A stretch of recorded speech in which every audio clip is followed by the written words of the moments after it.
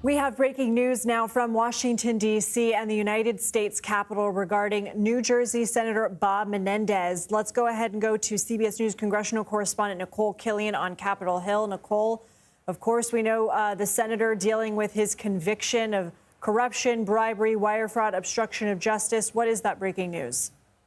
Well, the news is that New Jersey Senator Bob Menendez intends to resign next month, effective August 20th, according to multiple sources familiar with his impending announcement. And of course, this comes as the senator was potentially set to return here to Capitol Hill today. Of course, the Senate has been out, but today would have been the first day back for senators, including Senator Menendez, which would have marked the first time since his conviction last week. Certainly important to remind viewers that the senator was convicted on 16 counts in a federal corruption case, everything ranging from bribery to extortion, a wire fraud, acting as a foreign agent, and other charges. And so these were all very serious. And we saw in the wake of that conviction a number of the senator's colleagues here in the Senate calling on him to resign.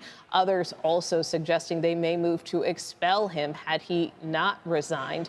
So that is a significant development in that the New Jersey senator appears to now be making this decision to end his political career, which has spanned a decade, including 3 terms here in the U.S. Senate.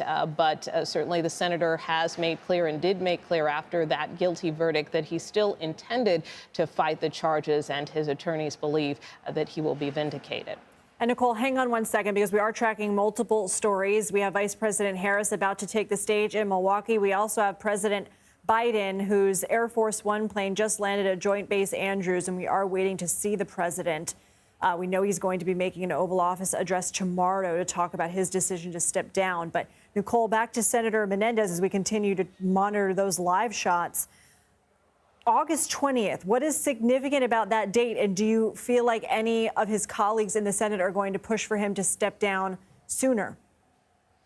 You know, I don't know what the significance may be other than that it's roughly a month from now. I would note that both chambers of Congress are set to be in recess by the end of this month. So in terms of any legislative business, for all intents and purposes, things are starting to wind down. But that being said, it is significant because that means that there will likely be a vacancy in that seat, one that the governor of New Jersey, Phil Murphy, will have to fill. And he also has made clear and did within the past week following Menendez's guilty verdict that he would and was prepared to make a temporary appointment. So we will have to see going forward kind of how that process plays out.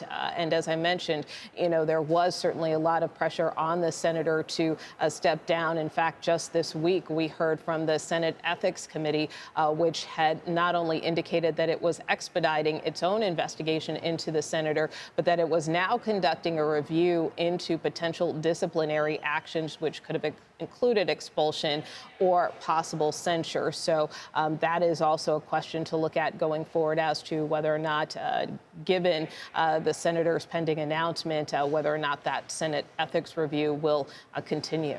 And so once Governor Murphy does pick a successor, that person would serve out the rest of Menendez's term through January. What can you tell us about this Senate race, though, for this seat and how competitive it is in New Jersey?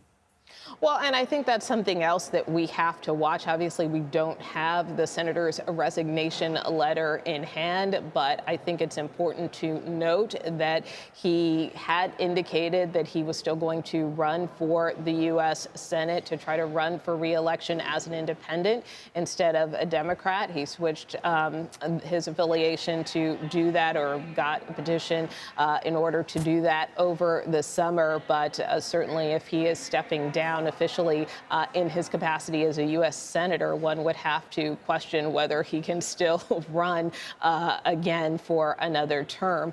So that being said, we do know that right now, New Jersey Congressman Andy Kim appears to be the front runner in this U.S. Senate race. He is running for Menendez's seat and actually announced his candidacy in the wake of the indictment against the senator last fall, arguing that he feels that New Jersey needs a new representation. And so he has kind of been at the forefront of those calls for the senator to step down. But he does face a Republican challenger. But that being said, certainly Senate Democratic leaders feel that they can keep this seat in the blue column.